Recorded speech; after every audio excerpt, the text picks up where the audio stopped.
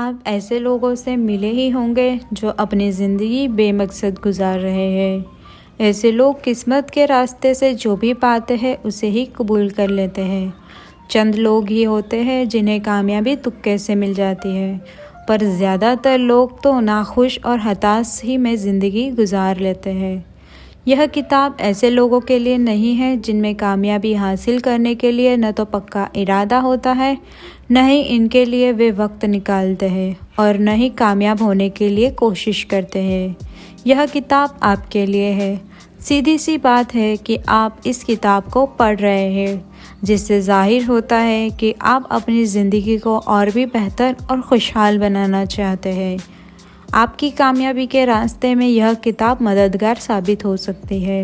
यह किताब किस किस्म की है?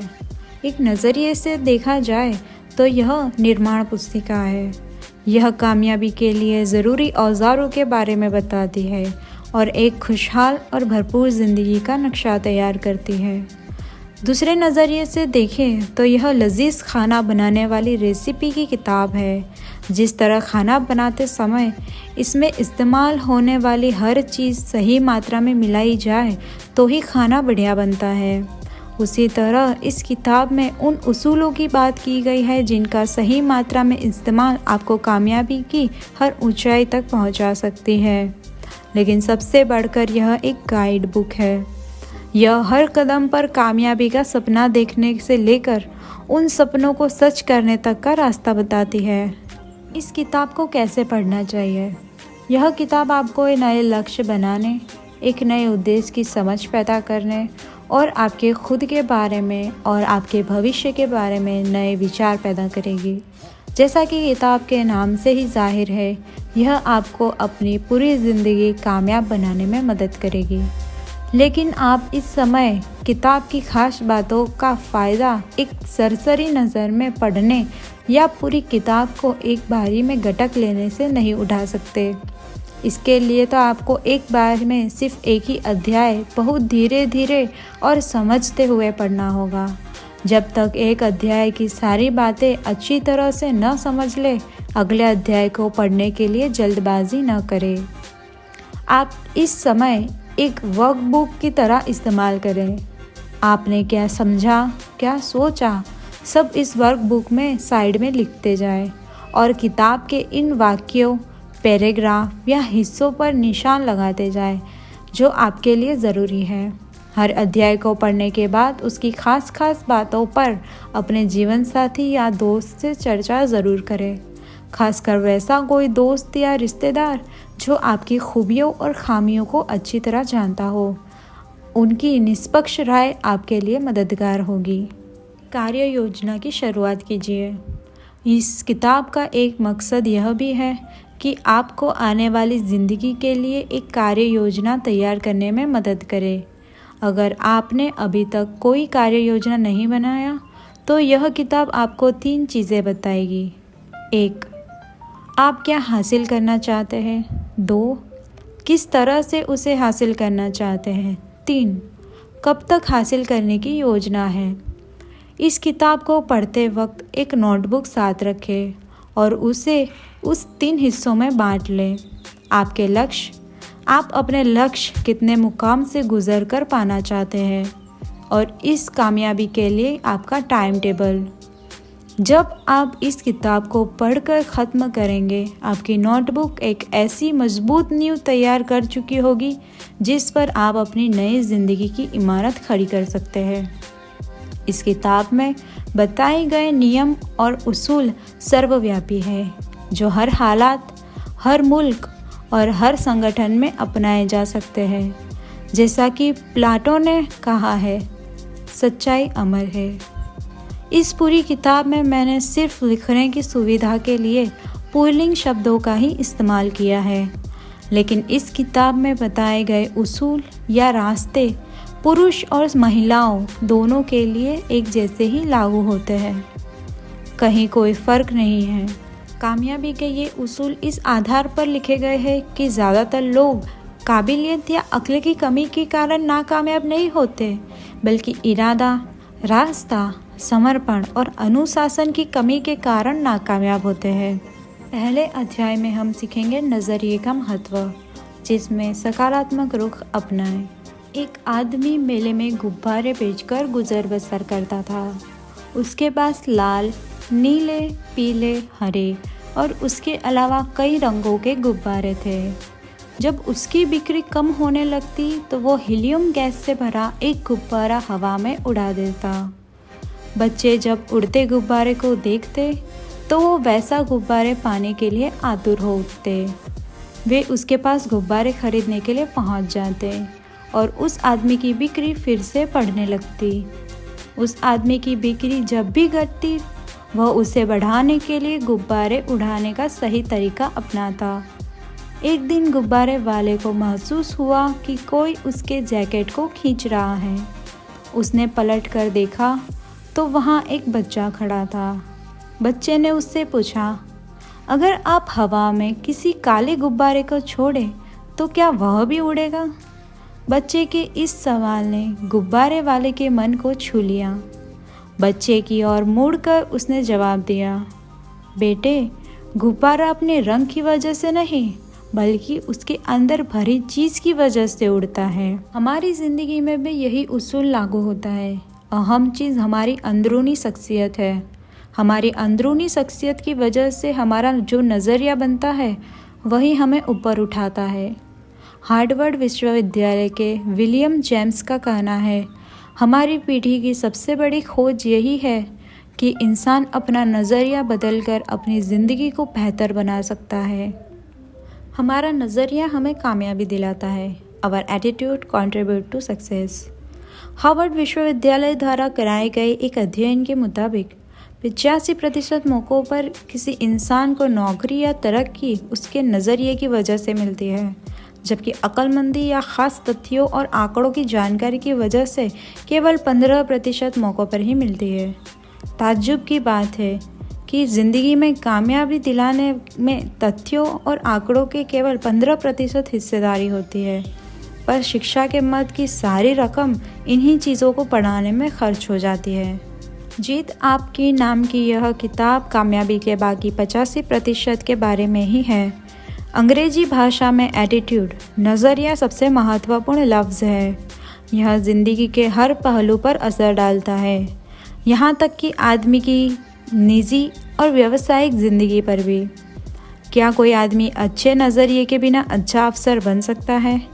क्या कोई छात्रा अच्छे नज़रिए के बिना अच्छा छात्र बन सकता है? क्या माँ, बाप, शिक्षक, सेल्समैन, मालिक या कर्मचारी अच्छे नज़रिए के बगैर अच्छे किरदार अच्छी तरह निभा सकते हैं? हमारा क्षेत्र चाहे जो भी हो, कामयाबी की बुनियाद तो नज़रिया ही है। अगर कामयाब होने के लिए नज़रिए की इतनी अहमियत है तो क्या हमें ज़िंदगी के बारे में अपने नज़रिए की जांच परख नहीं करनी चाहिए? और क्या हमें खुद से यह सवाल नहीं करना चाहिए कि हमारा नज़रिया हमारे मकसद पर कैसे असर डालता है? हीरो से भरा खेत, acres of diamonds. Hafeez Africa का एक किसान था। वह अपनी ज़िंदगी में खुश और संतुष्ट था। हफीज़ खुश इसलिए था क्योंकि वह संतुष्ट था। वह संतुष्ट इसलिए था क्योंकि वह खुश था। एक दिन एक अक्लमंद आदमी उसके पास आया। उसने हफीज़ को हीरो के महत्व और उनसे जुड़ी ताकत के बारे में बताया। उसने हफीज़ से कहा, अगर तुम्हारे पास अंगूठे जितना बड़ा हीरा हो तो तुम पूरा शहर खरीद सकते हो, और अगर तुम्हारे पास मुट्ठी जितना बड़ा हीरा हो तो तुम अपने लिए शायद पूरा देश ही खरीद लो। वह अक्लमंद आदमी इतना कहकर वहाँ से चला गया। उस रात हफीज़ सो ना सका। वह असंतुष्ट हो चुका था, इसलिए उसकी खुशी भी खत्म हो चुकी थी। दूसरे दिन सुबह होते ही हफीज़ ने अपने खेतों को बेचने और अपने परिवार की देखभाल का इंतज़ाम किया और हीरे खोजने के लिए रवाना हो गया। वह हीरो की खोज में पूरे अफ्रीका में भटकता रहा, पर उन्हें पा ना सका। उसने उन्हें यूरोप में भी ढूंढा, पर उसे वे वहाँ भी न मिले। स्पेन पहुँचते पहुँचते वह मानसिक, शारीरिक और आर्थिक स्तर पर पूरी तरह से टूट चुका था। वह इतना मायूस हो चुका था कि उसने बार्सिलोना में नदी में कूदकर खुदकुशी कर ली। इधर जिस आदमी ने हफीज के खेत खरीदे थे वह एक दिन उन खेतों से होकर बहने वाले नाले में अपने ऊँटों को पानी पिला रहा था। तभी सुबह के वक्त उग रहे सूरज की किरणें नाले के दूसरी ओर पड़े एक पत्थर पर पड़ी और वह इंद्रधनुष की तरह जगमगा उठा। यह सोचकर कि वह पत्थर उसकी बैठक में अच्छा दिखेगा, उसने उसे उठाकर अपनी बैठक में सजा दिया। उसी दिन दोपहर में हफीज को हीरो के बारे में बताने वाला आदमी खेतों के इस नए मालिक के पास आया। उसने उस जगमगाते हुए पत्थर को देखकर पूछा, क्या हफीज लौट आया?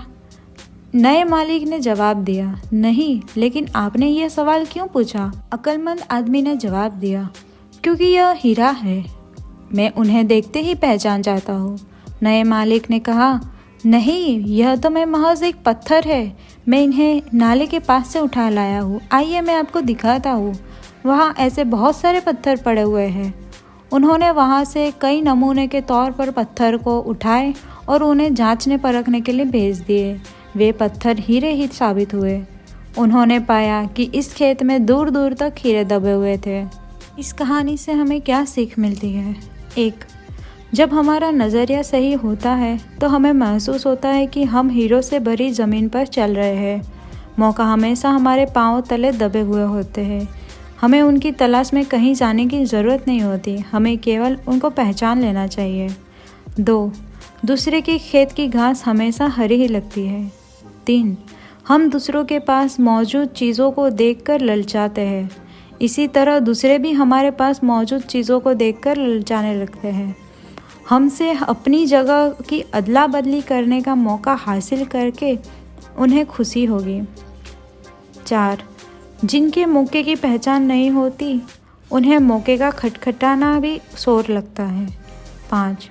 मौका जब आता है तो लोग उसकी अहमियत नहीं पहचानते, जब मौका जाने लगता है तो उसके पीछे भागते हैं। 6. कोई मौका दोबारा नहीं खटखटाता, दूसरा मौका पहले वाले मौके से बेहतर या बदतर हो सकता है, पर वह ठीक पहले वाले मौके जैसा नहीं हो सकता। इसलिए सही वक्त पर सही फैसला लेना बेहद ज़रूरी होता है। गलत वक्त पर लिया गया सही फैसला भी गलत फैसला बन जाता है। डेविड और गोलियत। हम सभी बाइबल में बताई गई डेविड और गोलियत की कहानी जानते हैं। गोलियत एक राक्षस था। उसने हर आदमी के दिल में अपनी दहशत बिठा रखी थी। एक दिन 17 साल का भेड़ चराने वाला लड़का अपने भाइयों से मिलने के लिए आया। उसने पूछा, तुम लोग इस राक्षस से डरते क्यों हो? उसके भाई गोलियत से बहुत डरते थे। उन्होंने जवाब दिया, क्या तुमने देखा नहीं कि वह इतना बड़ा है कि उसे मारा नहीं जा सकता? इस पर डेविड ने कहा, बात यही नहीं है कि वो उसे बड़ा होने की वजह से उसे मारा नहीं जा सकता, बल्कि हकीकत यही है कि वह इतना बड़ा है कि उस पर लगाया गया निशान चूक नहीं सकता। उसके बाद जो हुआ आप सबको मालूम है। डेविड ने उस राक्षस को गुलेल से मार डाला। राक्षस वही था, लेकिन उसके बारे में डेविड का नज़रिया अलग था। हम नाकामयाबी को कैसे देखते हैं यह हमारे नज़रिए से तय होता है। आशावादी यानी कि पॉजिटिव सोचने वाले आदमी के लिए नज़रिया कामयाबी की सीढ़ी बन सकता है। दूसरी ओर निराशावादी यानी कि नेगेटिव सोचने वाले आदमी के लिए यह रास्ते का रोड़ा बन सकता है।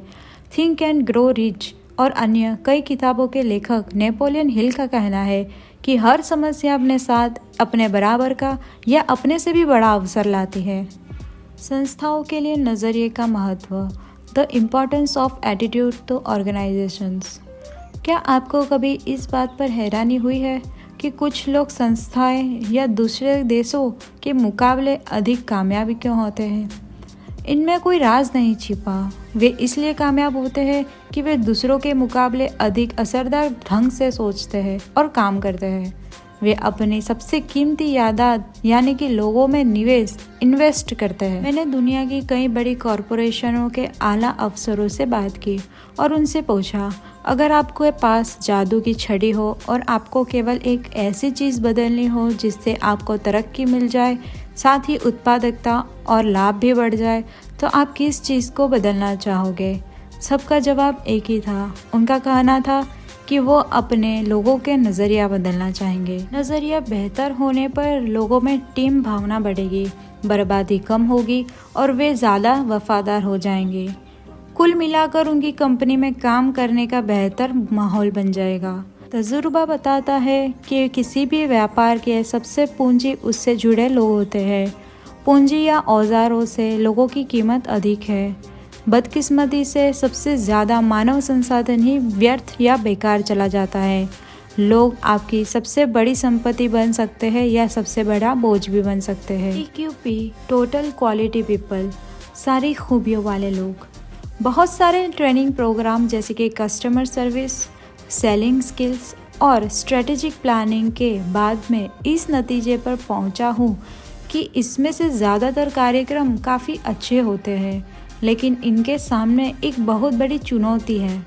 इनमें से कोई भी अब तक कामयाब नहीं हो सका जब तक उनकी बुनियाद सही न हो, और वह सही बुनियाद है QTP।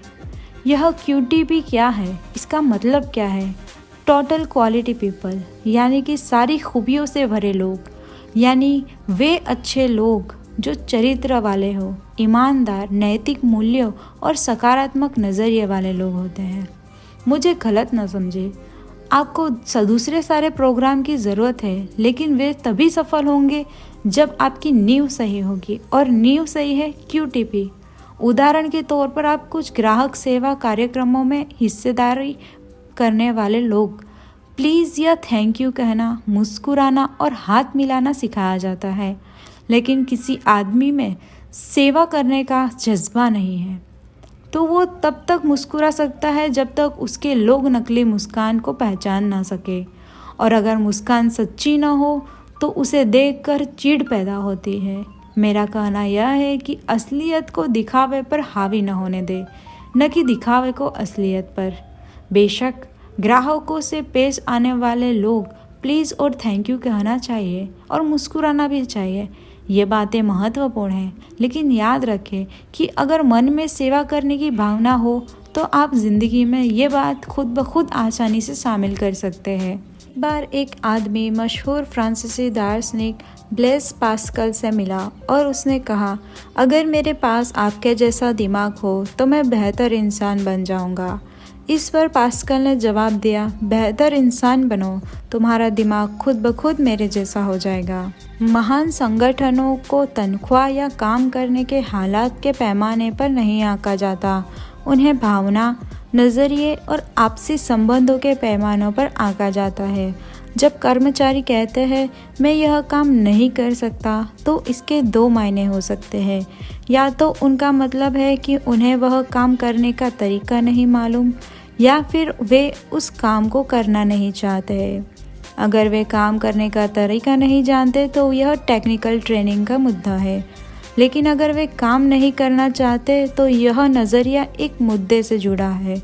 उन्हें उस काम की परवाह नहीं है, या फिर वह नैतिकता का मुद्दा हो सकता है। वे मानते हैं कि उन्हें यह काम नहीं करना चाहिए। कैलगरी टावर की ऊंचाई 190.8 मीटर है। उसका कुल वज़न 10,884 टन, इनमें से 6,349 टन कुल वज़न का लगभग 60% भाग वज़न ज़मीन के अंदर है। इससे जाहिर होता है कि भव्य दिखने वाली कई इमारतों की नींव काफ़ी मजबूत होती है। जिस तरह किसी भव्य इमारत के टिके रहने के लिए उसकी नींव मजबूत होनी चाहिए, उसी तरह कामयाबी के टिके रहने के लिए भी मजबूत बुनियाद ज़रूरत ही होनी है, और कामयाबी की बुनियाद होती है नज़रिया। संपूर्णतावादी नज़रिया, अ होलिस्टिक अप्रोच। मैं संपूर्णतावादी नज़रिए में यकीन रखता हूँ। हम केवल हाथ, पाँव, आँख, कान, दिल और दिमाग नहीं, बल्कि एक संपूर्ण इंसान है। काम करने के लिए एक पूरा आदमी जाता है और काम करके एक पूरा आदमी लौटता है। घर की परेशानियां हमारे कामकाज पर और कामकाज से जुड़ी परेशानियां हमारे पारिवारिक ज़िंदगी पर असर डालती है। पारिवारिक समस्याओं की वजह से तनाव का शिकार होने पर हमारी उत्पादकता पर घटती है। इस पर कामकाज से जुड़ी परेशानियां न केवल हमारे परिवार बल्कि ज़िंदगी के हर पहलू पर असर डालती है। निजी पेशे से जुड़ी और सामाजिक समस्याएं एक दूसरे से लाजमी तौर पर असर डालती है। आपके नज़रिए को तय करने वाला कारक factors that determine your attitude. मैं आपसे कुछ सवाल पूछता हूँ। हम नज़रिए के साथ ही जन्म लेते हैं या उसके साथ बड़ा होने पर विकसित करते हैं? हमारा नज़रिया किस चीज़ों से बनता है? अगर माहौल की वजह से ज़िंदगी के बारे में आपका नज़रिया नकारात्मक हो गया है तो क्या आप उसे बदल सकते हैं? दरअसल हमारे नज़रिए का ज़्यादातर हिस्सा हमारी ज़िंदगी के शुरुआती सालों में ही बन जाता है। यह सच है कि हम अपने मिजाज से कुछ खासियतों के साथ पैदा होते हैं, लेकिन बाद में हमारा नज़रिया बनता है। उसे ख़ास तौर से ये 3 चीज़ें तय करती है। 1. माहौल, 2. तजर्बा, 3. शिक्षा। अब इन 3 चीज़ों पर नज़र डालते हैं। 1. माहौल में ये चीज़ें शामिल होती है: घर, अच्छा या बुरा असर; स्कूल, साथियों का दबाव; काम, मददगार या ज़रूरत से अधिक नुक्ताचीनी करने वाला सुपरवाइज़र; मीडिया, टेलीविज़न, अखबार, पत्रिकारियों, रेडियो, फिल्में; सांस्कृतिक पृष्ठभूमि, धार्मिक पृष्ठभूमि, परंपराएं और मान्यता; सामाजिक माहौल, राजनीतिक माहौल। ऊपर बताए गए सारे माहौल मिलकर हमारी तहज़ीब बनाते हैं। घर हो, संस्था हो या देश हो, हर जगह की अपनी एक तहज़ीब होती है। उदाहरण के तौर पर एक स्टोर पर जाते हैं, वहाँ मैनेजर से लेकर सेल्स क्लर्क तक को विनम्र, मददगार, दोस्ताना और खुश मिजाज से भरा पाते हैं। फिर आप दूसरी दुकान में जाते हैं तो वहाँ काम करने वालों का रूखा और बदतमीज़ी पाते हैं। आप एक घर में जाते हैं तो वहाँ माँ बाप और बच्चों को तमीज़ वाला, मिलनसार और दूसरों का ख्याल रखने वाला पाते हैं, जबकि दूसरे घर में जाने पर हर आदमी को कुत्ते बिल्लियों की तरह आपस में लड़ता पाते हैं।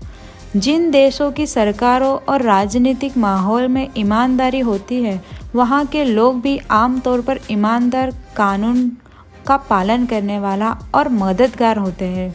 उसका उल्टा भी इतना ही हो सही है। जिस तरह बेईमान और भ्रष्ट माहौल में एक ईमानदार आदमी का जीना मुश्किल हो जाता है, उसी तरह ईमानदारी से भरे माहौल में बेईमानी व्यक्ति को जीना मुश्किल हो जाता है। अच्छे माहौल में मामूली कर्मचारी को भी काम करने की शक्ति बढ़ जाती है, जबकि बुरे माहौल में अच्छा काम करने वाले का काम भी शक्ति घट जाती है। तहज़ीब कभी नीचे से ऊपर की ओर नहीं जाती, बल्कि हमेशा वो ऊपर से नीचे की ओर आती है। हमें पीछे मुड़कर देखना चाहिए कि हमें खुद के लिए और अपने आसपास के लोगों के लिए कैसा माहौल तैयार किया है। बुरे माहौल में लोगों से अच्छे व्यवहार की आशा नहीं रखी जा सकती। जहाँ कानून का न होना ही कानून का हो जाता हो, वहाँ ईमानदार नागरिक भी चोर, उचक्के और बेईमान हो जाते हैं। कुछ समय निकालकर इस बात पर गौर कीजिएगा कि हमारा माहौल हम पर कैसे असर डालता है और हम जो माहौल तैयार करते हैं वह दूसरे पर कैसे असर डालता है। तजुर्बा, एक्सपीरियंस। अलग अलग लोगों से मिले तजुर्बे के मुताबिक हमारा व्यवहार भी बदल जाता है। अगर किसी इंसान के साथ हमें अच्छा अनुभव मिलता है तो उसके बारे में हमारा नज़रिया अच्छा होता है, पर बुरा अनुभव मिलने पर हमें सावधान हो जाते हैं। अनुभव और घटनाएं हमारी ज़िंदगी के संदर्भ बिंदु बन जाते हैं। हम इनसे नतीजे निकालते हैं जो भविष्य के लिए मार्गदर्शक की भूमिका निभाते हैं। 3. शिक्षा, एजुकेशन। शिक्षा औपचारिकता और अनौपचारिकता दोनों तरह की होती है। आजकल हम लोग सूचनाओं के सागर में गोते लगा रहे हैं, लेकिन ज्ञान और समझदारी का अकाल पड़ा हुआ है। ज्ञान को योजनाबद्ध ढंग से समझदारी में बदला जा सकता है और समझदारी हमें कामयाबी दिलाती है। शिक्षक की भूमिका काफ़ी महत्वपूर्ण होती है। उसका प्रभाव अनंत काल तक रहता है। उसके असर से लहरें अनगिनती है। शिक्षक ऐसी होनी चाहिए जो हमें केवल रोजी रोटी कमाना नहीं बल्कि जीने का तरीका सिखाए। सकारात्मक नज़रिए वाले लोगों को कैसे पहचानें? How do you recognise people with a positive attitude? जिस तरह से सेहत खराब न होने का मतलब अच्छी सेहत नहीं होता, इस तरह किसी इंसान के नकारात्मक न होने का मतलब यह नहीं होता कि वह सकारात्मक है। सकारात्मक नज़रिए वाले लोगों की शख्सियत में कुछ ही खासियत होती है जिनकी वजह से उन्हें आसानी से पहचाना जा सकता है। ऐसे लोग दूसरों का ख्याल रखने वाले, आत्मविश्वास से भरे, धीरज वाले और विनम्र होते हैं। ये लोग खुद से, दूसरों से काफ़ी ऊंची उम्मीदें रखते हैं। उन्हें अच्छे नतीजे हासिल होने की आशा रहती है। सकारात्मक नज़रिए वाला आदमी हर मौसम में मिलने जैसा होता है, उसका हमेशा स्वागत किया जाता है। सकारात्मक नज़रिए के फ़ायदे, the benefits of positive attitude. सकारात्मक नज़रिए के कई फ़ायदे होते हैं। इन्हें आसानी से देखा जा सकता है, लेकिन आसानी से दिखाई देने वाली चीज़ें को उतनी ही आसानी से अनदेखी भी की जा सकती है। सकारात्मक नज़रिया आपके लिए फ़ायदेमंद है। शख्सियत खुशनुमा हो जाती है, जोश पैदा हो जाता है, ज़िंदगी में आनंद बढ़ जाता है, आपके अगल बगल के लोगों को प्रेरणा मिलती है, आप समाज में महत्वपूर्ण योगदान देने वाले बन जाते हैं और राष्ट्र की संपत्ति बन जाते हैं। संस्थाओं के लिए ये कैसे ज़रूरी है? उत्पादकता बढ़ जाती है, टीम भावना बढ़ जाती है, समस्याएं हल हो जाती है, गुणवत्ता बढ़ जाती है, माहौल आपके मुताबिक बन जाता है, वफादारी बढ़ती है, लाभ ज़्यादा मिलता है, मालिक, कर्मचारी और ग्राहक के बीच का संबंध बेहतर हो जाता है और तनाव कम होता है। नकारात्मक नज़रिए के नतीजे, ज़िंदगी की राह रुकावटों से भरी पड़ी है और अगर हमारा नज़रिया नकारात्मक हो तो अपने लिए सबसे बड़ी रुकावट हम खुद बन जाते हैं। नकारात्मक नज़रिए वाले लोगों के लिए दोस्ती, नौकरी, शादी और संबंधों को कायम रख पाना मुश्किल हो जाता है। नकारात्मक नज़रिए की वजह से संबंधों में कड़वाहट बढ़ती है, लोग नाराज़ रहते हैं, ज़िंदगी बेमकसद हो जाती है, सेहत खराब हो जाती है, खुद के लिए और दूसरों के लिए तनाव बढ़ता है। नकारात्मक नज़रिए की वजह से घर और कामकाज की जगह माहौल बिगड़ जाता है। ऐसा आदमी समाज के लिए बोझ बन जाता है। ये लोग अपने नकारात्मक नज़रिए को छुआछूत रोग की तरह अपने आसपास के लोगों पर आने वाली पीढ़ियों तक भी फैला देते हैं। अपने नकारात्मक नज़रिए से वाकिफ़ होने के बावजूद हम उसे बदलते क्यों नहीं हैं? When we become aware to our negative attitude, why don't we change? इंसान का स्वभाव आमतौर पर बदलाव विरोधी होता है। हमें बदलाव तकलीफ़ दे लगता है। बदलाव का नतीजा अच्छा हो या बुरा, पर अक्सर इससे तनाव बढ़ता है। कई बार हम पूरी बुराइयों के साथ जीने लगते हैं, इतना आराम महसूस करते हैं कि इसे ही हमें बेहतर लगने लगता है। बेहतरी के लिए होने वाले बदलाव को भी हम कबूल नहीं करना चाहते, हम बुरे ही बनकर रहना चाहते हैं। चार्ल्स डिकेंस ने एक ऐसे कैदी के बारे में लिखा है जो सालों तक एक काल कोठरी में कैद रहा। सज़ा काट लेने के बाद उसे आज़ाद कर दिया गया। काल कोठरी से बाहर खुली धूप में लाया गया। उस आदमी ने अपने चारों ओर देखा। कुछ देर में वह अपनी इस नई आज़ादी से परेशान हो गया। उसने वापस काल कोठरी में जाने की इच्छा जाहिर की। वह आज़ादी और खुली दुनिया में बदलाव को कबूल करने की बजाय उस काल कोठरी, अंधेरा और हथकड़ियों में ही सुरक्षा और आराम महसूस कर रहा था, क्योंकि वह उन्हीं का आदी हो चुका था। इन दिनों में कई कैदी ऐसा व्यवहार करते हैं। ऐसा अनजाने संसार के साथ तालमेल कायम करने का तनाव उनकी बर्दाश्त से बाहर होता है। इसलिए वे जानबूझकर अपने अपराध करते हैं ताकि उन्हें वापस जेल भेज दिया जाए।